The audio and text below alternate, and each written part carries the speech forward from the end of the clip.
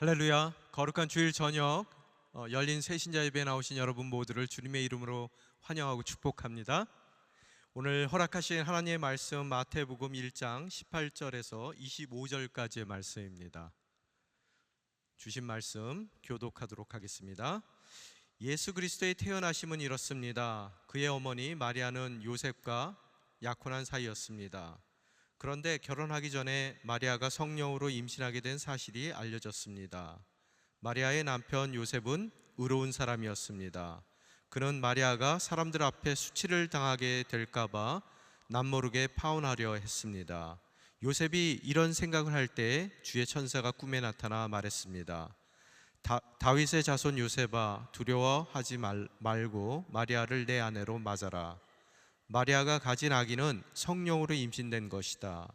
마리아가 아들을 낳을 것이니 그 이름을 예수라 하여라. 예수가 그의 백성을 그들의 죄로부터 구원할 것이다. 이 모든 일이 일어나게 된 것은 주께서 예언자들을 통해 말씀하신 것을 성취하기 위함이었습니다. 처녀가 잉태의 아들을 낳을 것이요 그를 임마누엘이라 부를 것이다. 임마누엘이란 하나님께서 우리와 함께 하신다는 뜻입니다. 잠에서 깨어난 요셉은 주의 천사가 명령한 대로 마리아를 아내로 맞아들였습니다. 그러나 요셉은 아들을 낳을 때까지 마리아와 잠자리를 같이 하지 않았습니다. 마리아가 아들을 낳자 요셉은 그 이름을 예수라고 지었습니다. 아멘.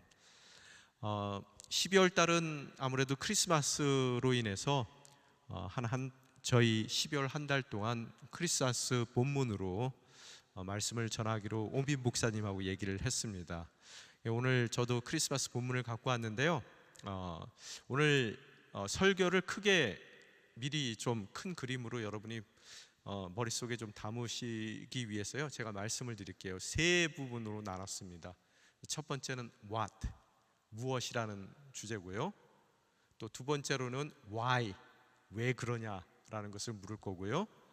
또 마지막으로 how, 어떻게 그 일을 이루시는가. 뭐라고요? what, why, how, 이 세 단계로 나눠서 오늘 말씀을 여러분과 나누고자 합니다. 저는 그 캐나다 교포입니다. 우리 공동체 같이 하신 분들은 아시는데요, 10대, 20대, 30대를 캐나다에서 보냈습니다. 어떻게 하다가 보니까 한국에 나와서 이렇게 목회를 하고 있는데요. 그래서 겨울이 되면은 고향과 같은 캐나다 생각이 날 때가 있습니다. 여러분 캐나다 하면 떠오르시는 게 뭐예요? 보통 단풍잎 이렇게 생각을 하시는데 캐나다 하면 떠오르는 게 겨울입니다. 아주 추운 곳이에요. 그래서 제가 오늘 좀 준비했는데요. 제가 살던 동네입니다. 여러분 어떠세요? 라키 마운틴스라고 저희들이 얘기하는데, 거기에 밴프라는 국립공원이 있습니다. 그 밴프의 안에 있는, 여러분 그 예전에 한번 캐나다 배경으로 했던 드라마 도깨비 아시죠? 그 도깨비에 나온 호텔이 페어몬트 호텔이라는 호텔이거든요. 퀘벡 시티 안에 있는데요. 같은 체인이에요. 이것도 페어몬트에서 계속 띄워주세요. 예.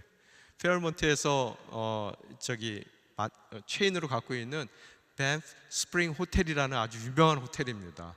예, 위치가 어디냐 하면요, 이 보우밸리라 그래서 한 20-30km가 펼쳐져 있는 그런 계곡에 위치를 하고 있습니다. 그래서 호텔에서 딱 보면은 끝없이 아주 광활한 그 소나무가 빽빽이 심겨져 있는 계곡이 보이는 그런 호텔입니다.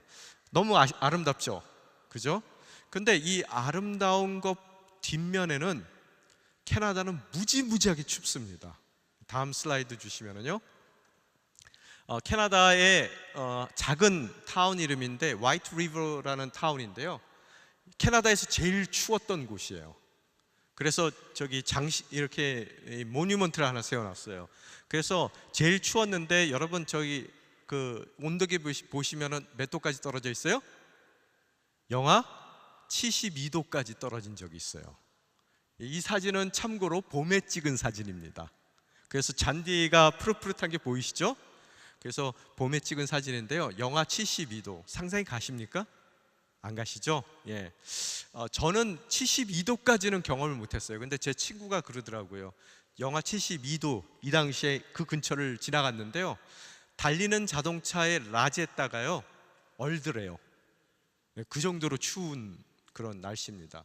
근데 보편적으로 72도까지는 영하 72도까지는 안 떨어져도요. 뭐 기본적으로 영하 30도, 40도는 깔고 갑니다. 근데 영하 30도가 어느 정도냐면요. 30도가 되면 다음 그림 같이 돼요. 이렇게 돼요.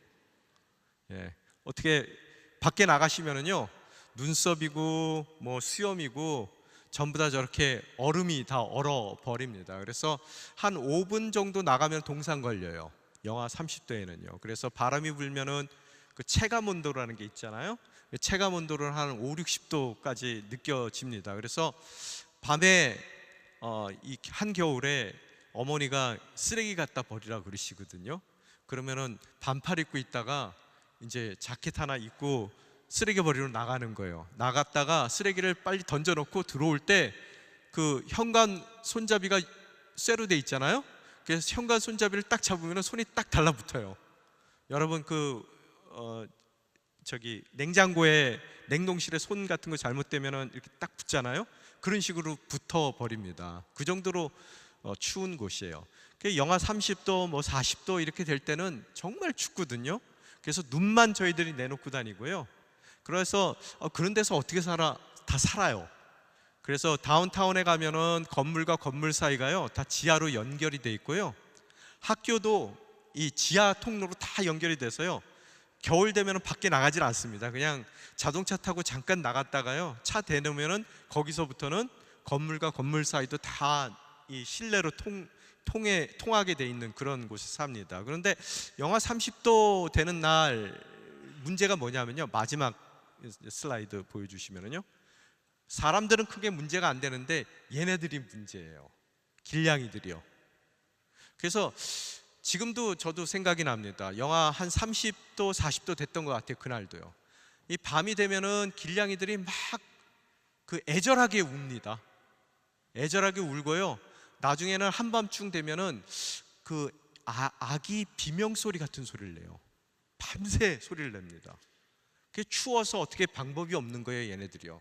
그래서 여름에 막 새끼를 낳아가지고 막 이렇게 고양이들이 많이 다니거든요. 근데 겨울 한번 지나면은 싹 없어져요. 살아남지를 못하는 거예요. 뭐 우연하게 온수가 내려가는 하수구 옆에 어디다가 자리를 잡으면은 걔네들은 사는데요. 어지간해서는 얘네들이 살아남지를 못하더라는 거예요. 그래서 밤새 고양이 우는 소리를 듣고 아침에 출근하려고 차를 타고 나가잖아요. 그러면 뒷길에 백앨리라고 저희들이 얘기하는데 뒷길을 지나가다 보면 고양이들이 냉동돼서요 여기저기 쓰러져 있어요. 뭐 그런 광경들을 보는데 한 백인 할아버지가 이 고양이들이 너무 불쌍한 거예요. 비명소리 들으면 정말 애기 우는 소리 같거든요. 불쌍해서 생각했어요. 이 추운데 내가 이 집에 큰 집에 홀로 사는데 벽난로도 뜨겁게 지금 이렇게 불을 지펴놓고 이 따뜻한 담요도 갖다 놓고 또 여기에 우유도 데워놨는데 얘네들이 우리 집에 좀 들어와서 지냈으면 좋겠다. 그러면은 얼어 죽지 않을 텐데 뭐 이런 생각을 했어요. 그래서 할아버지가 다 준비를 해놓고 밖에 불을 탁 켜고 문을 열고 나가면은 고양이들이 어떻게 해요? 여러분 고양이들이 어떻게 해요? 다 도망가요.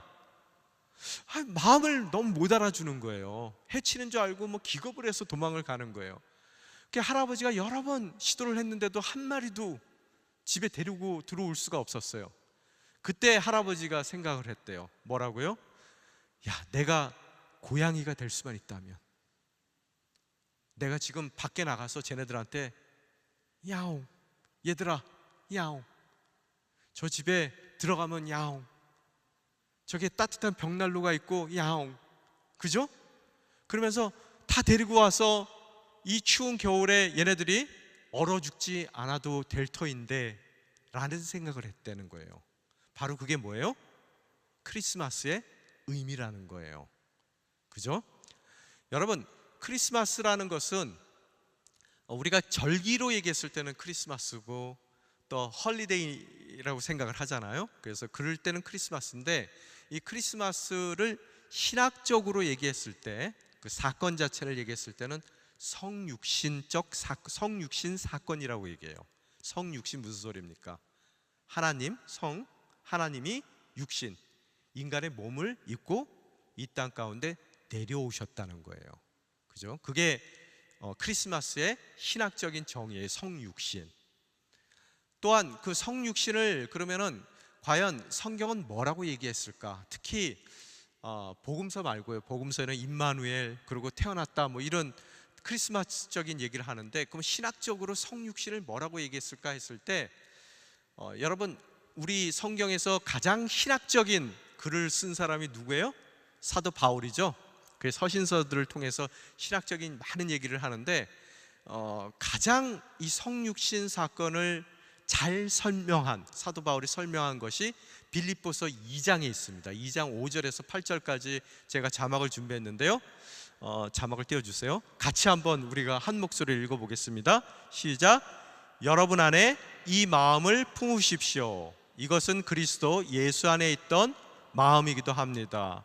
그분은 본래 하나님의 본체셨으나 하나님과 동등됨을 기득권으로 여기지 않으시고 오히려 자신을 비워 종의 형체를 가져 사람의 모양이 되셨습니다. 그리고 그분은 자신을 낮춰 죽기까지 순종하셨으니 곧 십자가에 달려 죽으신 것입니다. 아멘. 계속 띄워주세요.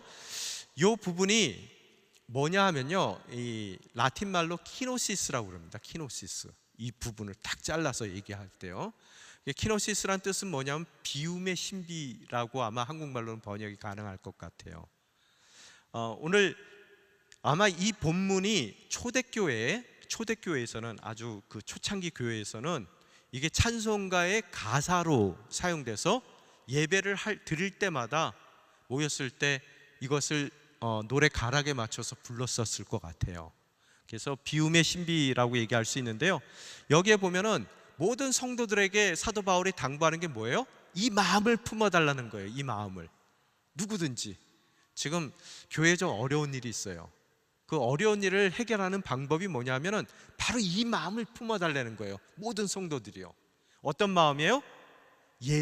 그리스도 예수 안에 있던 마음이래요.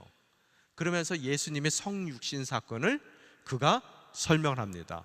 원래 그분은 원래 뭐라고요? 하나님의 본체였대요. 이 얘기는 뭐예요? 예수님 이퀄 누구예요? 하나님이란 뜻이에요. 하나님과 똑같다는 거예요. 그죠? 그분은 하나님이셨는데 또 창조 때도 로고스 하나님으로서 말씀하실 때마다 뭐 하나씩 생기잖아요. 바로 그 하나님이신데, 그 하나님이 뭐라고요? 하나님과 동등됨을 기득권으로 여기지 않으시고, 이게 말이 좀 어려운데요, 무슨 소리냐 하면요, 하나님이셨던 예수님이요, 하나님이 누릴 수 있는 모든 영광과 권한을 어떻다고요? 누리지 않으셨다는 거예요. 그걸 당연한 건데, 창조주로서 누릴 수 있는 당연한 모든 하나님적인 권한인데 그것을 비워두셨다는 거예요. 성육신 사건이요. 위에서는 비웠어요. 비우고 나서 어때요? 내려오셨어요. 7절에 보니까 뭐라고요? 오히려 자기를 비워서 종의 형체, 그죠? 피조물의 형체, 특히 사람의 모양으로, 사람으로 이 땅 가운데 오셨다라고 사도 바울이 성육신 사건, 바로 절기로서의 크리스마스를 신학적으로 설명하더라는 거예요. 그러면 이게 아까 뭐라고 부른다 그랬어요? 이 문구를요, 키노시스라고 그런다 그랬죠? 뜻이 뭐라고요? 비움의 신비라는 거예요.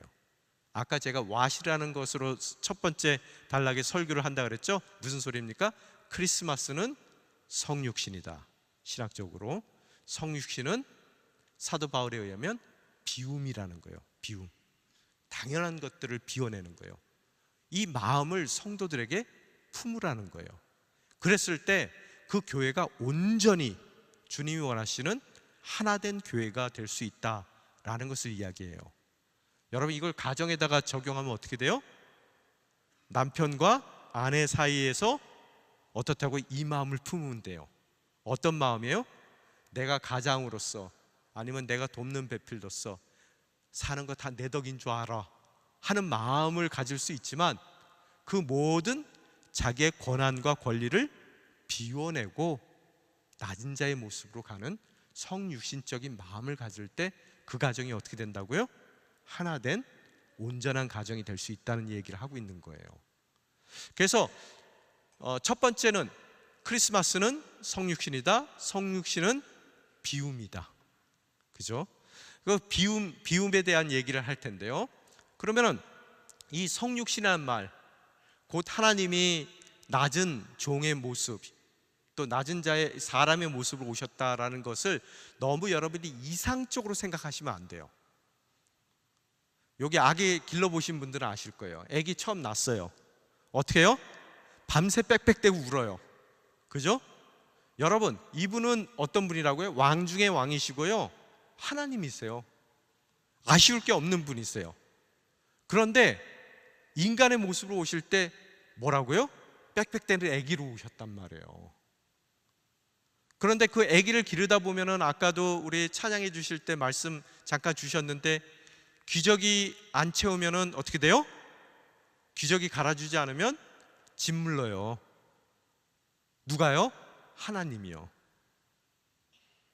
또 아마 마리아가 잘은 몰라도 기껏 해봤자 14살 혹은 15살, 아마 많으면은 16살 됐을 거예요.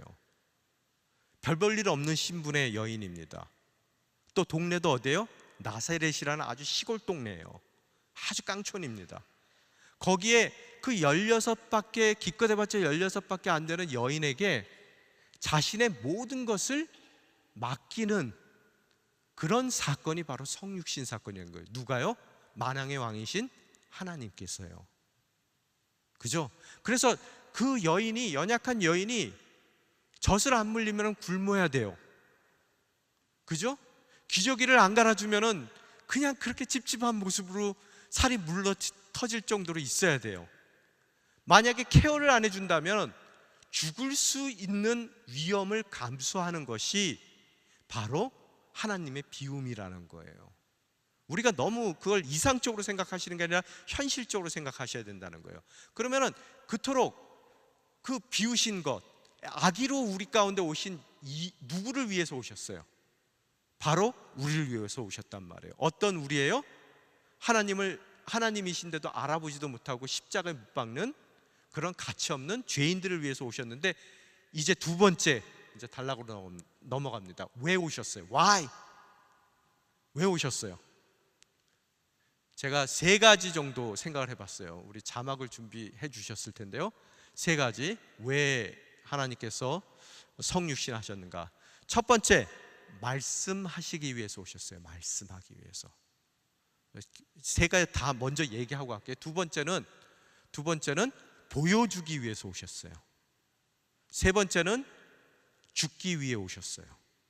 자, 첫 번째로 다시 돌아가서 뭐 하기 위해서 오셨다고요? 성육신 하시려고요?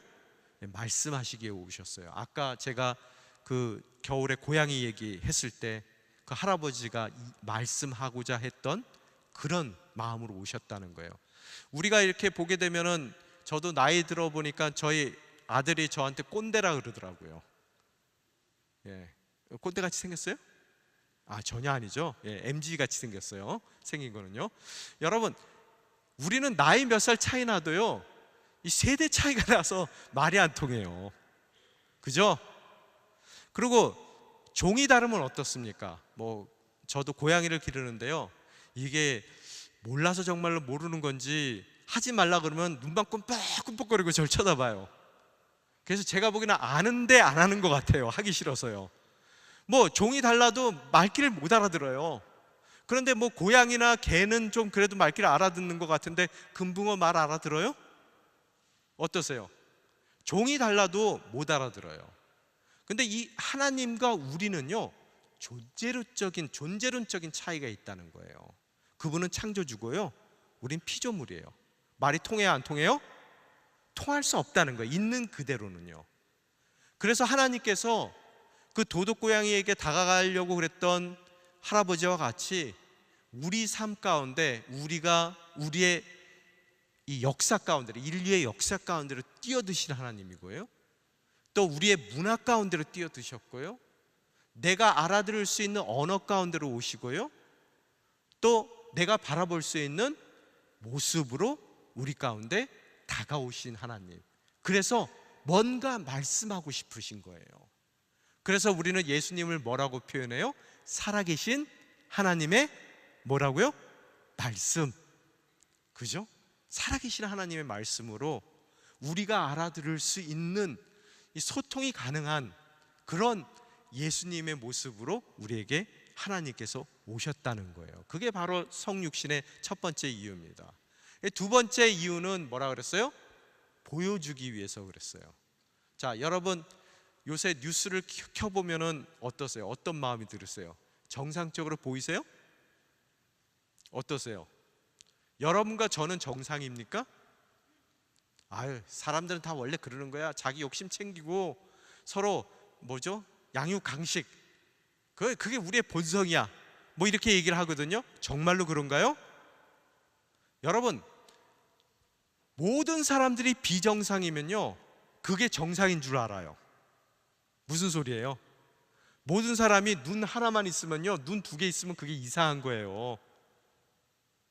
여러분, 우리의 모습은요, 하나님 보시기에는 비정상적인 모습이에요. 원래 우리를 이렇게 만드시지 않으셨습니다. 하나님께서 우리를 제대로 만드셨어요. 그런데 그 제대로 만든 인간이 범죄하는 것으로서, 죄를 짓는 것으로서 어떻다고요? 우리 삶 가운데 모든 것이 다 타락해버린 거예요. 그래서 우리 인생 가운데 그렇듯 어려운 관계 가운데 서로를 어렵게 하기도 하고요, 그죠? 힘들게 하기도 하고요, 또 우리 인생 가운데 괴로움도 있고요. 무슨 하나님이 인생을 이렇게밖에 못 만들어요? 아니에요. 제대로 만드셨어요. 그런데 이질적인 죄라는 것이 우리 삶 가운데 들어오는 바람에 우리의 인생이 다 비정상이 돼버렸다는 거예요. 그래서 우리는 인생을 살다가 어쩔 때는 뭐 여기도 혹시 그런 분 계실지도 몰라요. 죽지 못해 사는 경우도 있어요. 여러분, 하나님이 우리 인생을 죽지 못해 사는 인생으로 만든 적이 없어요. 사는 것 같이 사는 인생으로 다 만들어 놨거든요. 그런데 문제는 죄를 범하며 그 죄로 인해서 우리의 모든 것이 다 타락했기 때문에 때로는 죽지 못해 사는 인생으로 살게 되더라는 거예요. 근데 모두가 다 그렇게 사니까요, 이게 정상이 돼버렸어요. 그래서 정상적인 인간의 모습이 무엇인지를 몰라요. 한 번도 본 적이 없어요. 그래서 내가 어떤 모습이 돼야 될지를 모른단 말이에요. 여러분, 예수 그리스도가 하나님께서 인간의 몸으로 우리 가운데 오셨을 때는 원래 하나님께서 의도했던 바로 그 인간의 모습, 진정한 우리의 본질적인 모습, 우리가 됐어야 될 그 모습이 무엇인지를 우리 삶 가운데 뭐 하기 위해서요? 보여주시기 위해서 오셨다는 거예요. 여러분, 다 악하면요, 삐뚤어져 있으면요, 삐뚤어진 게 뭔지를 몰라요. 그래서 구약시대에 이스라엘 백성들에게 하나님께서 율법을 주셨어요. 그 율법을 우리는 뭐라고 얘기해요? 영어로는 프라임스톤이라고 얘기하는데 뭡니까? 다림줄이라고 얘기하는 거예요. 그래서 그 기준이 다 구부러졌기 때문에 하나님의 말씀이라는 기준을 갖다 댔을 때 그 인생이 얼마나 그 기준에서 비껴나갔는지, 기울어져 있는지를 바라볼 수 있게끔 해주는 것이 바로 율법인 것 같이 우리 인생 가운데 모든 사람들이 다 타락했어요. 다 비정상입니다. 그렇기 때문에 뭐가 정상의 모습인지 모르기에 진짜 인간의 모습이신 예수 그리스도께서 이 땅 가운데 오시는 것으로서 우리 삶 가운데 진정한 인간의 삶, 정말로 사는 것 같이 사는 삶이 무엇인지, 하나님께서 창조하실 때 의도했던 인간의 모습이 무엇인지를 우리에게 보여주셨다는 거예요. 그것을 봤을 때 우리도 저렇게 살아야 된다는 마음을 갖게 되는 거고요, 또 거기에 대한 갈망으로 정말로 예수님 닮고 싶은 마음들이 우리 가운데 생겨나게 되더라는 거예요. 그래서 보여주시기 위해서 오셨다는 거예요. 세 번째, 주님께서 성육신 하신 이유는 죽기 위해서 오셨다라고 말씀을 드렸어요. 자, 우리에게 제대로 된 인간, 원래 인간, 하나님께서 의도했던 인간의 모습으로 가고자 하는 열망이 생겼어요. 근데 가져요? 안 가진단 말이에요. 처음에 시작하기가 어려워요. 그 예수를 믿을 때 정말로 그분이 하나님이시라는 것, 그분이 사람, 여러분 우리 기독교에서 믿는 거는요, 예수님은 100% 하나님이세요. 또한 100% 하나님, 사람이세요. 그게 우리의 신앙 고백입니다. 자, 50, 50 하면 딱 좋겠는데요, 그게 그러면은 그건 이해되는 거고요. 믿음이라는 것은 이해 안 되더라도 믿는 거예요. 뭐라고요? 100% 하나님, 동시에 100% 사람이에요. 근데 어떤 사람이에요? 그분은 원래 하나님이 의도했던 사람의 모습을 갖고 계신단 말이에요. 그래서 그 모습으로 가고자 하는 우리의 삶 가운데 가고자 하는 마음의 시작을 주신 거고요, 또 가고자 할 때 내 삶 가운데 진정한 사람으로서의 모습인 예수님과 또 동떨어진 나의 삶 가운데 그 괴리를 극복하기 위해서 내가 가야 될 그 과정 가운데 있는 모든 어려움과 장애물들을 주님께서 깨끗이 씻어주시기 위해서, 죽으시기 위해서 이 땅 가운데 오셨더라는 거예요. 바로 우리가 이것을 구원이라고 얘기합니다. 그죠? 그래서 구원이라는 것은 성육신을 통해서 시작되어지고요, 십자가를 통해서 다 이루시게 되는 거고요, 그 이루신 것이 예수님께서 재림하시는 날 우리 삶 가운데 완성되어진다는 거예요. 여러분 기대가 되십니까? 진짜 인간의 모습으로 내가 예수님 재림하시는 날 내가 정말로 멋진 하나님이 의도했던 사람의 모습으로 변화돼 있을 거예요. 여러분, 제가 3부 예배 때 지난번에 설교할 때도 잠깐 그 얘기했는데요, 조금 약간 비슷한 뉘앙스라서 말씀을 드릴게요. 제가 한국에 와서 성도들을 만나보니까 굉장히 착각하는 게 하나 있으세요. 뭐냐면은 우리가 구원받는다는 것은 영생을 산다라는 의미잖아요. 근데 그 영생을 잘못 이해하고 계시더라고요. 여러분, 영원한 이터니티라는 말은요, 시간의 양을 뜻하는 게 아니에요. 여러분, 시간을 끊임없이 살아간다? 그런 의미가 아닙니다. 여러분 어떠세요? 지금 부부끼리 와 계신 분, 옆에 분하고 그 영원히 사시면 좋으시겠어요? 농담을 했는데도 웃지도 않으세요. 제 아내가 농담하지 말라 그랬는데 그래서 썰렁하다고요. 하여간 차를 하나 샀는데요, 그 차를 영원히 타셔야 된다고 생각해 보세요. 한 달 타는 데까지는 세차 냄새도 나고 좋죠. 근데 그걸 10년, 20년, 30년, 50년, 100년 타야 된다면 어떠세요? 그 괴로울 수 있단 말이에요. 시간의 양을 뜻하는 게 아니라요, 하나님께서 의도했던 시간의 충만함이에요. 시간의 질을 뜻하는 겁니다. 우리가 은혜 받을 때 보면 순간적으로 잠시나마 그 하나님이 의도했던 시간을 우리가 foretaste라고 얘기해요. 딱 맛을 보게 돼요. 잠시. 그죠? 너무너무 영적인 황홀함을 느끼는 그 시간들이요. 막 예수님 위해서도 내가 순교도 해도 막 기쁠 것 같은 그런 마음이 저만 그래요? 안 그러세요? 지금 안 그러세요? 예. 그런 마음이 드는 그 잠시의 시간, 우리가 foretaste 하는 거거든요. 맛보기로 주시는 거거든요. 바로 영원이라는 것은 하나님이 원래 의도했던 시간이에요. 우리 삶 가운데. 그죠? 아팠던 시간, 또 괴로웠던 시간, 힘들었던 시간, 또 인생 가운데 지우고 싶은 시간도 있을 거예요. 그죠? 그것은 하나님이 의도했던 시간들이 아니에요. 죄로 인해서 그 시간들이 타락해서 그런 거예요. 근데 구원이라는 것은 우리가 원래 하나님이 의도했던 인간의 모습으로 변화되고 회복되는 것 같이 우리의 타락했던 시간, 우리에게 아픈 그 속상했던 시간, 기억에서 지워버리고 싶었던 그 모든 시간들이 하나님이 의도했던 가득 찬 시간으로 변화되는 것이 바로 영원이라는 거예요. 여러분이 거기에 대한 기대가 있어야 된다는 거예요. 그죠? 뭔 얘기하다가 지금 여기까지 왔는지는 제가 갑자기 잊어버렸는데요. 하여간 그래서 이 세 가지, 이 구원을 이루기 위해서 성육신 시작됐고, 그 다음에 십자가를 통해서 다 이루어 주셨고요, 또 그 이루어진 것이 우리 삶 가운데 예수 그리스도께서 재림하시는 날 완성되어진다는 것을 우리는 바라볼 수 있어야 되더라는 거예요. 그러면은 어떻게 하나님께서 이 땅 가운데 성육신, 이 중요한 구원의 시작인 성육신을 어떻게 이 땅 가운데 이루셨냐는 거예요.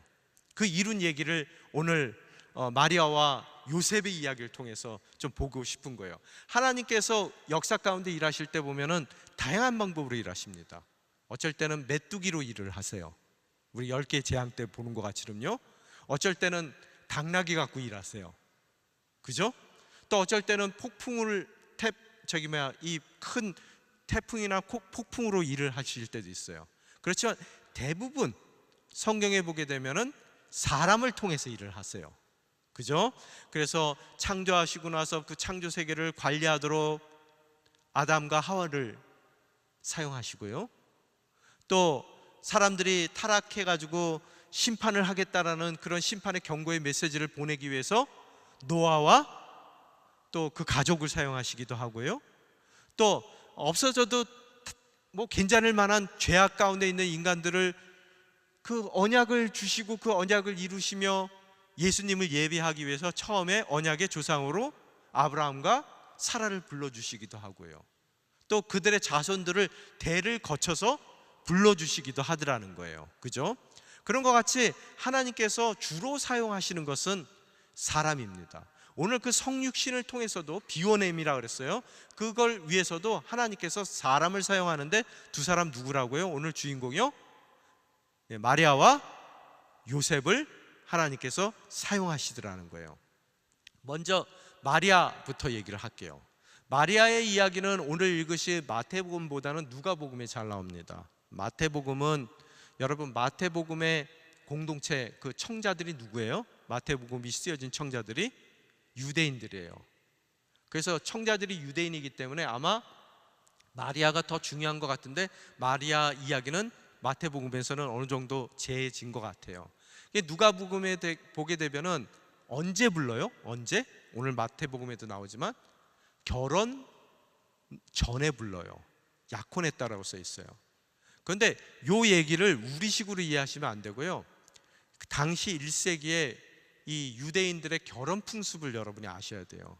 이 요한복음 14장에 보면은 예수님이 십자가 지시는 얘기를 하면서 제자들에게 결혼의 비유로 예수님께서 앞으로 행하실 일들을 설명해 주거든요. 아버지 집에 가면은 거할 데가 많다.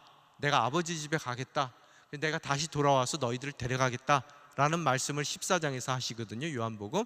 그 얘기가 뭐냐 하면은 유대인들의 결혼은요 신부 집에서 일단 결혼식이 시작돼요. 그러면 하루 결혼식을 하고 나서요 같이 신랑 신부가 합방을 하는 게 아니라요 신랑이 자기 아버지 집으로 다시 돌아가요. 이제 결혼식이 시작된 거예요. 그게요 돌아가서 뭐예요?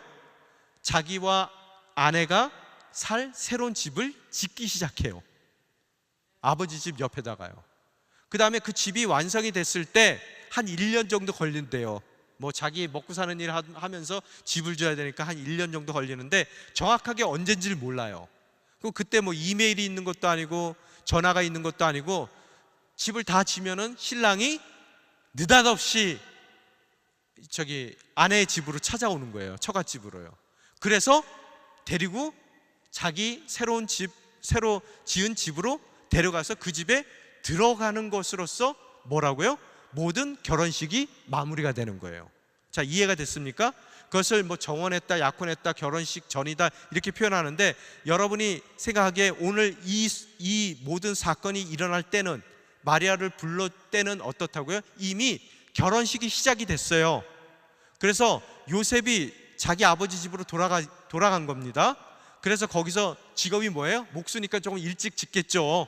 그죠? 남들보다는 좀 낫겠죠? 그래서 집을 열심히 짓고 있는데 성경에 보니까 뭐라고 써 있냐면은 결혼하기 전에 이 마리아를 누가복음에 보게 되면 누가복음 1장 30절에 보니까 뭐라고 써 있냐면 천사가 말했습니다.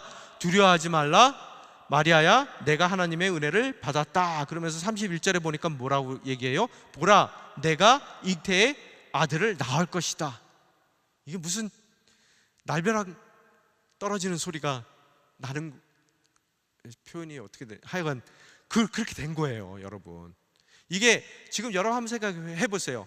결혼이 시작됐어요. 이제 이 마리아의 입장 가운데서는 가장 중요한 게 뭐예요? 아름다운 결혼을 이루어 나가는 거예요. 아직 결혼식이 끝나지도 않았단 말이에요. 시작만 됐어요. 그러면은 이 인생 가운데 가장 중요한 삶의 이슈가 뭘까요? 훌륭한 결혼을 하는 게 그의 삶 가운데 가장 중요한 이슈예요. 오늘 그것을 기다리고 있는데요, 느닷없이 천사가 나타나서 아들을 잉태할 거라는 거예요. 그랬더니 마리아가 뭐라 그래요? 여러분, 그 이야기를 했을 때 34절에 보니까 천사에게 물어요. 마리아가 뭐라고요? 처녀인 제가 어떻게 이런 일이 있겠습니까? 처녀인 저에게 어떻게 이런 일이 있냐는 거예요. 이거는 여러분 생물학적으로 불가능하다는 얘기를 하는 것뿐만 아니라요, 도덕적으로도 큰 문제를 자기가 겪을 수밖에 없는 거고요, 또 율법적으로도 이거는 잘못하다가는 억울하게 돌에 맞아 죽을 수 있는 일이라는 것을 천사에게 이야기하고 있더라는 거예요. 여러분, 인생 가운데 자기가 그 어떤 때보다요 가장 결혼이 중요할 때예요. 여기에 올인하고 있을 때입니다. 그런데 어떻게 된다고요? 생물학적으로도 불가능한 일이고요, 또 이 사실이 알려진다면은 난 너무나 억울하게도 남편이 나에게 대해서 철저한 배신감을 느낄 거고요, 잘 넘어간다 하더라도 평생 그 결혼은 엉망의 결혼 생활이 될 거고요, 또 도덕적으로도요 모든 사람들에게 나는 잘못한 것도 없는데 손가락질 받을 수밖에 없는 결혼 생활이 되는 거고요, 또 잘못됐다가는 율법적으로 율법이 어겨졌다라는 것이 결론됐을 때, 고소당했을 때는 돌에 맞아 죽을 수 있는 그런 사건이라는 것을 이야기하고 있어요. 어떤 때요? 결혼이 그 인생 가운데 가장 중요할 때요. 오늘 제가 여러분에게 드리고 싶은 말씀 뭐냐면요, 하나님은 이 모든 구원의 역사를 이루기 위해서 우리에게 사람답게 사는 방법, 영원한 삶, 모든 것이 회복된 삶을 허락하기 위해서 어떻게 하셨다고요? 비워내고 오셨어요. 뭐를요? 하늘의 모든 영광을, 하나님됨을 다 비워내고 이 땅 가운데 낮은 자의 모습으로 오셨는데, 그 오시는 방법이 뭐냐 하면 누군가의 철저한 비움이라는 거예요. 오늘 여러분과 저의 삶 가운데서도요, 자신의 모든 영광을 비우신 하나님께서 이 땅 가운데 그 비움의 역사를 이루기 위해서요, 우리 인생 가운데 가장 중요한 것을 비워내기를 요구하시더라는 거예요. 그것도 언제요? 내가 그것이 가장 중요하다고 생각해서 모든 것을 올인할 때요. 이 마리아와 같이 우리 인생 가운데, 내 인생 가운데 학업이 제일 중요해요. 그래서 열심히 노력해서 공부하고 학업에 올인을 했는데 그 학업을 느닷없이 비워내라 그럴 수 있다는 거예요. 내 인생 가운데 나도 마리아와 똑같이 결혼이 내 인생 가운데 가장 중요한 이슈예요. 그 어느 때보다도 지금은 결혼이 제일 중요해요. 그래서 그 결혼을 놓고 열심히 기도하는데 느닷없이 나와서 야, 이 결혼 비워내. 내가 내 비움의 신비를, 너의 비워낸 결혼의 삶을 통해서 내가 이루어야 되겠어. 결혼의 꿈을 꾸고 정말로 홈드레스 입고 맨날 좋을 줄 알았는데 시집 가보니까 뭐 이건 너무너무 어려운 환경이에요. 내가 상상했던 그런 환경이 아니에요. 여러분의 모든 결혼에 대한 꿈을 비워내기를 원하시기도 하시더라는 거예요. 하나님의 비움은 우리의 비움을 통해 이 땅 가운데 비움의 역사를 이루어 가시더라는 거예요. 이해가 되십니까? 오늘 드리는 말씀이요. 오늘 16살이에요 기껏해봤자. 그리고 어느 때보다도 아마 그랬을 거예요. 왜 하필이면 납니까 주님? 여기 성경은 안 써있지만 그랬을 거예요. 왜 하필이면 나예요? 나는 정말로 열심히 이 요셉이라는 한 남자와 결혼하려고 나는 정말로 부단히 노력하면서 지금까지 기다려왔는데 왜 나예요? 왜 하필이면 결혼 문제입니까? 다른 거 하나 안 돼요? 결혼 빼놓고 다 할게요. 결혼 문제는 건들지 마세요. 여러분, 이 마음이 이해가 됩니까? 오늘 그리고 아마 그럴 것 같아요. 왜 하필이면 지금입니까 주님? 결혼하기 전에, 한참 전에, 시작하기 전에 했으면은 내가 최소한 도덕적인 문제, 배신감 같은 거 이런 거 신경 안 써도 되지 않습니까? 왜 하필이면 결혼 막 시작한 지금 이 시점 가운데 주님께서 나를 비워내라고 하시죠? 아니면은 저 같으면 그럴 것 같아요. 좋습니다, 합시다. 하긴 하는데 애 한 둘 난 다음에 합시다. 그럴 것 같아요. 그죠? 애 둘 나면은 뭐 그 다음서부터 뭐가 큰 문제겠어요? 근데 지금 정말로 가장 결혼이 중요한 그 시점 가운데 다 드러내라는 거예요. 다 비워내라는 거예요. 왜? 하나님께서는 이미 우리를 위해서 다 비워내셨기 때문에요. 근데 마리아의 반응이 어떤지 아세요, 여러분? 마리아가 뭐라 그러는 줄 아세요? 38절 띄워주십시오. 1장 38절 누가복음. 자, 함께 같이 읽겠습니다. 시작. 그러자 마리아가 대답했습니다. 보십시오, 저는 주의 여종입니다. 당신의 말씀대로 제가 이루어지기를 원합니다. 여러분, 이 16살짜리 얘기예요. 오늘 우리에게도 동일한, 하나님께서 동일한 고백이 우리 입술 가운데 나오기를 원하신단 말이에요. 나의 직장이 비워져요. 나 이 직장만 꼭 있으면 내 인생의 모든 것이 지금 다 해결되는, 진짜 매듭과 같은 입장 가운데 놓여 있는데, 내 사업장이 그런 매듭과 같은 그런 쟁점에 와 있는데, 그 순간에 왜 이전이 아니라 지금 와서 그 직장을 비워내라고 그럽니까? 우리가 그렇게 항변할 수 있어요. 왜 지금입니까? 그렇지만 다 모든 것을 비워내신 이 비움의 능력이 우리 삶 가운데 모든 이들에게 그 역사하기 위해서 오늘 나의 직장이, 나의 사업장이 바로 이 시점 가운데 비워내져야 되겠더라는 거예요. 저는 주님의 종입니다. 주님의 뜻이 이루어지기를 원합니다라는 마리아의 고백이 우리의 고백이 되기를 주님께서 원하시더라는 거예요. 여러분, 더 놀라운 일이 뭔지 아세요? 1장 46절 띄워주십시오. 뭐라고 그럽니까? 그러자 마리아가 말했습니다. 내 영혼이 주를 찬양하며, 47절, 내 영이 내 구주 하나님을 기뻐함은. 여러분, 이 이후의 모든 말씀을 우리는 뭐라 그래요? 마리아의 찬가라고 얘기해요. 마리아의 찬가, 기쁘다는 거예요. 여러분, 마리아의 이 기쁨을 통해서 놀라운 하나님의 비움의 역사가 일어나게 될 줄 믿습니다. 요셉의 이야기를 반면 돌아갑시다. 요셉은 또 뭔 잘못이에요? 정말 저는 성경 보면은 왜 이러시는가 모르겠어요. 그죠? 이 성경에 보게 되면은 이 1장, 마태복음 1장 18절 띄워주십시오. 뭐라고 써 있습니까? 예수 그리스도의 태어나심은 이렇습니다. 그의 어머니 마리아는 요셉과 약혼한 사이였습니다. 아까 말씀드렸는데 결혼은 시작됐어요. 그런데 결혼이 마무리는 안 되고 있어요. 지금 온고잉이에요. 그런데 결혼하기 전에, 이게 마무리되기 전에 뭐라고요? 마리아가 성령으로 임신하게 된 사실이 알려졌습니다. 무슨 소리입니까? 본인이 와서 나한테 얘기한 거 아니고요. 나 열심히 지금 집 짓고 있는데요, 이제 결혼 생활에 대한 꿈을 갖고 집을 짓고 있는데요, 소문이 내 귀에 들려졌다는 거예요. 남의 입 통해서 이 얘기를 들었습니다. 여러분, 요셉 입장이면 어떻겠어요? 이 사람은 남자입니다. 아마 밤에 잠을 못 잤을 거예요. 야, 그걸 못 참았어? 그죠? 도대체 나한테 이럴 수가 있어? 그럼 뭐라고 생각하겠어요? 내가 가만 놔두나 보자. 내가 그 상대방이 누군지 잡아내서 내가 철저하게 대가를 치르게 해줄 거야. 뭐 남자들이라면 그럴 거 아니에요? 그런데 참 다행이에요.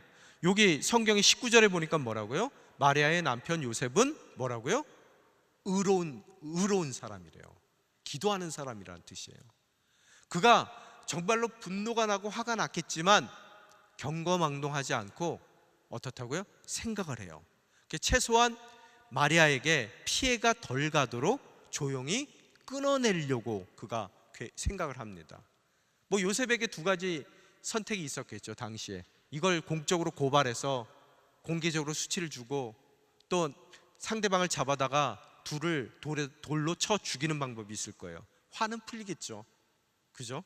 분노는 어느 정도 삭혀지겠지만, 이 의로운 자는, 요셉은 그게 옳은 방법이라고 생각지 않았어요. 그래서 조용히 끊어내려고 그가 두 번째 선택을 하더라는 겁니다. 그런데 바로 그때 어떻다고요? 20절에 보니까 뭐라고 써 있습니까? 20절, 1장 20절 띄워주십시오. 요셉이 이런 생각을 할 때 주의 천사가 꿈에 나타나 말했습니다. 다윗의 자손 요셉아, 두려워하지 말고 마리아를 내 아내로 맞아라. 마리아가 가진 아기는 성령으로 임신된 것이다. 여러분, 그렇게 잠 못 이루는 밤에 잠시 잠들었는데 어떻다고요? 천사가 나타났어요. 그래놓고 성령으로 임신했대요. 그게 두려워하지 말래요. 참 남이 얘기하는 거예요, 천사는요. 그런데 저는 성경을 읽으면서 참 아쉬운 게요, 왜 이거를 혼자 잘 때 나타나서 얘기해요. 여러분 한번 생각해 보셨어요? 여러분 이 두 부부가요 지금 막 많은 사람 앞에서 지금 얘기 들은 거 아니에요. 하나는 비몽사몽으로 뭐 며칠 동안 잠 못 잤겠죠.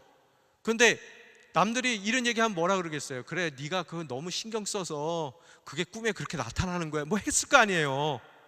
근데 만약의 경우 정말 나사렛 그 광장 앞에 시장 앞에서요 갑자기 천사가 하늘을 가르고 나타나서 야 마리아 너 성령으로 잉태될 거야, 요셉 너 걱정 말고 결혼해, 많은 사람들이 보는 앞에서 해주면은 좋아요 나빠요? 그걸 할만할 것 같아요. 그죠? 여러분 둘이 결혼하는 게 문제가 아니에요. 애를 낳는 게 문제가 아닙니다. 그 애를 키울 때 이제 어떻게 되겠어요? 이들이 여러분 각오가 돼 있어야 되는 거예요. 이 나사렛 부녀회 회장님 뭐 어떻게 하시겠어요? 저 닮았자 봐라. 발가락이 닮았나? 야 아무도 안 닮았어. 얘기 나오겠어요 안 나오겠어요? 유치원 보내놨더니 야 걔하고 놀지 마. 걔 누구 아버지가 누군지도 몰라. 뭐 이해가 됐어요? 그럼 내가 누군지도 모르는 그 아이를 나의 장남으로 키워내야 되는 요셉이에요. 그럼 남들이 그럴 거 아니에요. 미쳤다 너 미쳤다. 여자가 없어서 별 얘기를 다 들을 거 아니에요. 그런데 이거를 만약의 경우 공적으로요 많은 사람들 앞에서 자 니네들 잘 들어, 이제 앞으로 마리아가 낳는 아기는 성령으로 잉태된 거야. 그러니까 니네들 까불지 마. 뭐 이렇게 해주면 얼마나 좋아요. 저는 너무너무 이게 하나님이 왜 이러시는지 모르겠어요. 여러분 사도 바울 부를 때도요 다마색에서 부를 때요 막 급하게 말 타고 가다가 아마 말에서 떨어졌을 거예요. 그랬더니 뭘 봤대요. 근데 그 옆에 있는 사람도 봤어요? 못 봤어요. 자기만 봤어요. 근데 그 본 게 너무 선명해요. 그래서 그 인생 가운데 이방인을 위한 부르심을 외면할 수가 없는 거예요. 오늘 이들 인생 가운데 천사가 나타나서 이야기하고 꿈에 나타나서 이야기해서 그들은 결국 그들 인생 가운데 가장 중요한 결혼이에요. 그 때가 그렇습니다. 이게 인생 가운데서 가장 올인할 때예요. 오늘 그 올인하는 그 모든 그들의 가장 인생의 중요한 꿈을, 그들의 미래 계획을, 또 그들이 가장 소중한 것을 하나님께서 비워내게 하시는 방법으로 하나님의 비워냄이 이 땅 가운데 일어나더라는 거예요. 오늘 주님께서는 여러분에게 무엇을 요구하십니까? 여러분 열심히 예배드리고 와서 기도하면은 하나도 우리 인생 가운데 안 비워내도 될 것 같은 생각이 드셔서 이 자리에 오셨습니까? 제가 솔직한 말씀 드릴까요? 주일날 예배 때 성도들 몰려 들어오신 거 보면은 겁나요. 그러면서 한편으로 생각해요. 이분들이 도대체 성경은 읽어보시고 오시는 건가? 여러분 성경에 보면은요 우리가 비워낼 거 안 비워내게 하시는 하나님이 아니시고요 그 비워내는 것도 참 애매할 때 비워내라 그랬어요. 결혼이 시작됐는데 그 결혼 중에 있는 사람에게 결혼을 비워내라고 하시는 분이 있어요. 오늘 하나님의 그 비워내심은 우리에게 반드시 필요한 하나님의 은혜의 역사입니다. 그 역사를 이루기 위해서요 하나님은 하나님의 모든 것을 비워내셨어요. 그렇지만 그 비워냄의 방법은요 이 땅 가운데 이루어지는 방법은요 누군가의 비워냄을 요구하고 계시더라는 거예요. 바로 그게 크리스마스의 의미라는 거예요. 여러분 인생 가운데 내 자녀가 내 인생에서는 제일 중요했어요? 오늘 그 자녀의 삶을 비워내라고 하세요. 그래서 나의 비워냄의 모든 역사가 너의 그 자녀의 삶을 통해서 이 땅 가운데 흘러들어가기를 원한다. 내가 이 사업체만 잘 운영한다면은 주님 정말로 모든 것이 술술 잘 풀리고 정말로 내가 11조 생활도 열심히 하고 내가 정말 아름다운 삶을 살 거예요. 그런데 그 사업장에서 가장 내가 빛을 바라봐야 될 바로 그 시점 가운데 그 사업장을 비워내라고 주님께서 요구하실 수가 있더라는 거예요. 그럴 때 어떻게 한다고요? 우리는 주님의 종입니다. 주님의 뜻을 이루소서. 내가 비천한 내가 주님께 쓰임 받는 것이 감사하고 기쁩니다. 주님 마음껏 나의 삶을 사용하시옵소서. 바로 그것이 크리스마스를 바라보는 우리의 삶의 태도가 돼야 될 줄 믿습니다. 여러분, 하나님은 사람을 사용해서 불러서 사용하시는데요, 똑똑한 사람, 능력 있는 사람이 아니에요. 어떤 사람 부르십니까? 오늘 마태복음 앞에도, 우리가 읽은 앞에 보면은 예수님의 족보들이 쭉 나오거든요. 거기에 5명의 여성의 이름이 나옵니다. 여성의 이름이 나오는 것도 희한해요. 고대 문서예요. 족보에 여성의 이름이 나옵니다. 그런데 그 여성의 이름들을 보게 되면은요, 첫 번째 다말이고요, 라합이고요, 그 다음에 밧세바고요, 그 다음에 마지막으로 마리아가 나와요. 이 여성의 이름들이 나오는데, 여러분, 다말은 누굽니까?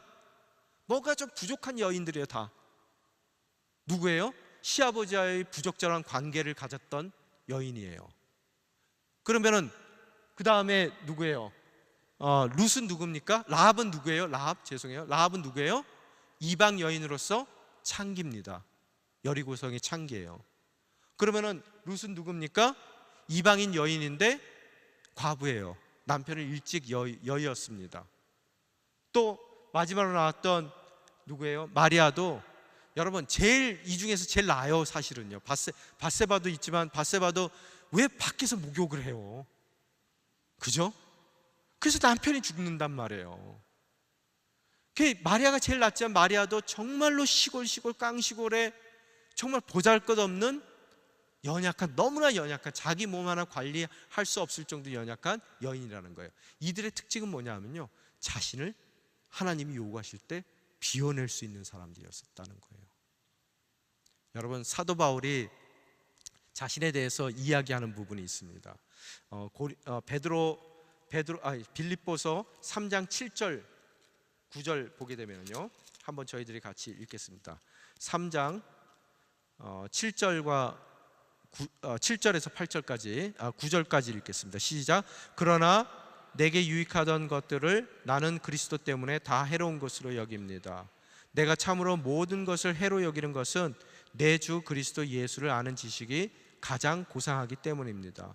그분으로 인해 내가 모든 것을 잃어버리고 심지어 배설물로 여기는 것은 내가 그리스도를 얻고 그 안에서 발견되기 위함입니다. 여기까지요. 자신이 갖고 있었던 모든 것을 다 해로 여긴대요. 여러분, 이게 해로 여긴다는 얘기는 뭐냐면요, 이 회계학적 언어입니다. 손실이라는 뜻이에요. 자기가 그동안 귀히 여겼던 거 다 해로 여긴다는 거예요. 그래서 하나님께서 그 비움을 내 삶을 통해 이 땅 가운데 역사하게 하시기 위해서 내 삶의 모든 것을 비워낸다면은, 그거 내가 그동안 귀하게 여겼던 모든 것을 손실로 여기고, 그죠? 진정한 이득을 위해서 그 모든 것을 배선물로 여기겠다라는 것이 사도 바울의 고백이에요. 여러분, 또한 고린도전서 4장 1절 보십시오. 고린도전서 4장 1절 말씀, 고린도전서 4장 1절 말씀 보시게 되면은 뭐라고 써 있어요? 이와 같이 사람들은 우리를 그리스도의 일꾼이요 하나님의 비밀을 맡은 사람들로 봐야 합니다라고 자신을 소개하거든요. 여기 일꾼이라는 단어가요, 우페레이테스라는 단어거든요. 그 뜻은 종이라는 뜻이에요. 근데 종도요, 종 중에서 이 등급이 있습니다. 종들 중에서요. 보통 그가 자신을 종이라고 소개했을 때는 둘로스라는 단어를 사용해요. 그건 일반적인 몸종들을 뜻하는 거예요. 근데 이 여기서 일꾼이라는 단어는 일꾼이 아니라 종인데요, 그 종 중에서도 가장 밑바닥 종이에요. 자기 자신을 뭐라고요? 가장 비천한 종이라고 얘기를 해요. 이 우페레이테스라는 단어는 누구에게 사용되냐면요, 여러분 영화 배너 보셨죠? 배너가 나중에 딱 팔려가서 어디로 가요? 배 밑에 들어가요. 뭐예요? 노를 젓죠? 바로 노 젓는 자라는 뜻이에요. 그 삶의 모든 것을 비워내고요, 노를 젓는 것이 바로 일꾼이라고, 그가 표현하는 일꾼이라는 거예요. 그 일꾼들을 통해서 자기가 뭐라고 자지우지하지 않습니다. 선장의 북소리에 맞춰서 노지라면 짓는 거고요. 멈추라면 아무리 가고 싶어도요 멈춰 서 있는 게 바로 우페레이테스, 이 노젓는 자라는 의미라는 거예요. 자기 인생을 그렇게 생각한다는 거예요. 그런 비워내는 인생을 통해서 놀라운 비움의 역사가 이 땅 가운데 임할 줄 믿습니다. 크리스마스를 통해서 비워내신 하나님의 모습을 바라보십시오. 오늘 그분께서 그 비워냄의 역사를 통해서 우리를 사람답게 살게끔, 우리의 모든 시간들을 정말로 사는 것 같은 삶으로 변화시키기를 원하십니다. 그 비움의 역사가 이 땅 가운데 일어나기 위하여 마리아와 요셉의 삶을 비워내기를 요구하신 것 같이 오늘 여러분과 저의 삶 가운데 가장 이 시점 가운데 내가 중요하게 여기는 바로 그것을 비워내기를 원하시더라는 거예요. 나의 비움을 통해 주님께서 이 땅 가운데 주님의 비움의 놀라운 능력을 나타내기를 원하시더라는 거예요. 마리아와 같이 주의 종으로서, 또 사도 바울과 같이 우페레이테스, 가장 밑바닥 종으로서, 노젓는 자로서 우리의 삶의 모든 것을 비워드리고 기쁜 마음으로 우리의 삶을 드릴 때 연약한 우리의 삶을 통해 이 5명의 이 여인들과 같은 삶밖에 안 되는, 한 줌밖에 안 되는 우리의 인생을 드러냄으로써, 비워냄으로써 놀라운 하나님의 역사가 우리의 삶을 통해 이 땅 가운데 이루어질 줄 믿습니다.